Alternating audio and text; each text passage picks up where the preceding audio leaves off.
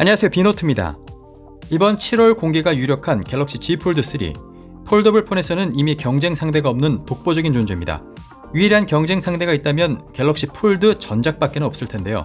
갤럭시 Z 폴드 1이 새로운 폼팩터를 보여준 것 자체가 혁신이었다면 Z 폴드 2는 전면을 꽉 채워버린 커버 디스플레이를 탑재하면서 더 단단해진 내부 보호 필름인 UTG를 적용하고 내부 디스플레이의 노치는 펀치홀 카메라로 줄여버리면서 불과 한 세대 만에 놀라운 발전 속도를 보여줬죠. 그런 만큼 유저들은 조만간 출시될 갤럭시 Z 폴드 3에도 자연스럽게 큰 기대를 가지고 있는데요. 우리가 갤럭시 Z 폴드 3에 거는 가장 큰 기대는 두 가지가 있습니다. S펜을 지원할지 여부와 내부 디스플레이의 카메라 구멍을 없애면서 풀스크린을 구현했는가 하는 것입니다.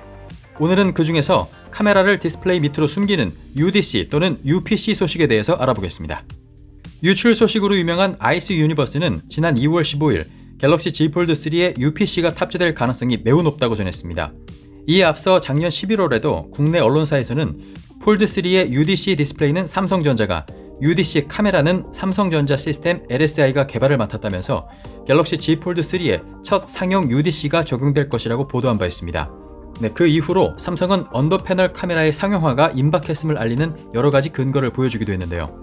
우선 지난달 삼성이 그동안 언더 디스플레이 카메라를 뜻하는 UDC라는 용어 대신에 언더 패널 카메라라고 불리는 UPC를 국내 특허청에 상표로 출원했습니다. 삼성은 스마트폰 디스플레이뿐만 아니라 노트북과 TV 디스플레이에도 이 UPC가 사용될 수 있다고 설명했습니다. 이를 근거로 삼성이 UPC 기술을 꽤 진전시킴으로써 상용화를 앞두고 있다는 사실을 예측해 볼 수 있겠죠. 이보다 앞선 CES 2021 행사에서 삼성은 UPC가 적용된 스마트폰을 영상으로 선보이기도 했습니다. 컨셉 영상으로 특정 스마트폰을 가리킨다고는 할 수는 없지만 삼성도 카메라 구멍을 없애는 것이 이상적인 방향이라고 생각한다는 걸 알 수가 있죠. 지난 1월 14일에는 삼성이 드디어 언더 패널 카메라의 공식적인 모습을 보여줬습니다. 다만 그 대상이 스마트폰이 아니라 노트북이었는데요. 올레드 패널을 적용해서 베젤이 거의 없는 블레이드 베젤 기술과 함께 카메라까지 패널 밑으로 숨겨버린 UPC 기술을 선보인 것입니다. 여기서도 역시 공식적인 명칭은 UPC란 용어를 쓰고 있는 것을 알 수가 있죠. 즉, 전면에서 보면 베젤도 카메라 구멍도 없는 차세대 노트북 디스플레이를 발표한 것인데요. 이 기술이 그대로 스마트폰과 TV로 이어질 것이라는 것은 자명한 일이겠죠. 삼성이 보이는 이런 행보들로 인해서 작년부터 이어져온 갤럭시 Z 폴드 3에 풀스크린이 탑재된다는 소식이 더 힘을 받고 있는 모양새입니다. 그 어느 때보다 풀스크린을 만나볼 수 있는 가능성이 높아진 것은 사실인데요. 하지만 일각에서는 이번 Z 폴드 3에는 S펜이 적용되는 패널 제작에 힘을 쏟고 있기 때문에 언더 패널 카메라까지는 탑재하기 힘들 것이다 라고 주장하면서 새로운 기술은 갤럭시 A 시리즈에 먼저 탑재하지 않겠냐라는 반응을 보이기도 했습니다. 그렇다면 그동안의 소식들과 정황들처럼 폴드 3에 언더 패널 카메라가 탑재되기 위해서는 삼성이 어떤 난관을 극복해야 될까요? 우선 첫 번째로 완전하게 카메라를 숨길 수 있는가 하는 것입니다. 그동안 시제품으로 나왔었던 UDC 제품은 물론이고 얼마 전 최초로 언더 디스플레이 카메라를 적용해서 출시한 스마트폰인 GTE Exon 20 5G 모델 역시 카메라 부분의 디스플레이가 어색한 모습을 하고 있는 것을 확인할 수 있습니다. 카메라를 보이지 않게 해놓은 것이 오히려 더 눈에 띄는 상황이 되어버렸는데요. 보는 각도에 따라서는 펀치홀보다 더 신경 쓰이는 상황이 연출될 수도 있겠습니다. 이 때문에 사용자들은 반강제적으로 다크 모드를 적용해서 최대한 검은 화면으로 사용한다고 하네요. 검은 배경이 그나마 눈에 좀 덜 띄죠.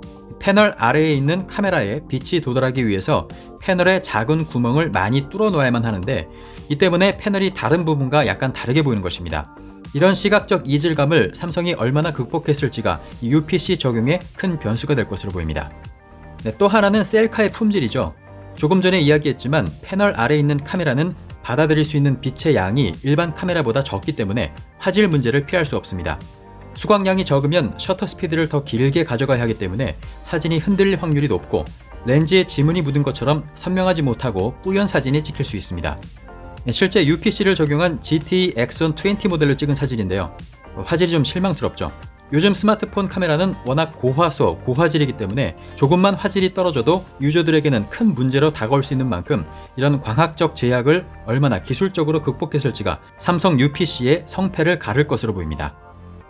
삼성 갤럭시 Z 폴드는 삼성에서 가장 비싼 스마트폰이자 세계적으로도 경쟁 상대가 없는 폴더블 폰입니다. 따라서 사소한 문제 하나까지도 주목을 받을 수밖에 없는데요. 그만큼 갤럭시 Z 폴드에는 UPC 기술 적용이 필요하면서도 또 그 완성도 면에서는 부담스러운 것일 수밖에 없습니다. 네, 소문처럼 삼성이 이번 Z 폴드 3에 UPC를 적용시킬 수 있을까요? 삼성이 그 기술력을 한번 증명해 보이기를 기대해 보겠습니다. 네, 그럼 저는 다음에 다시 찾아올게요. 부산 비너트였습니다.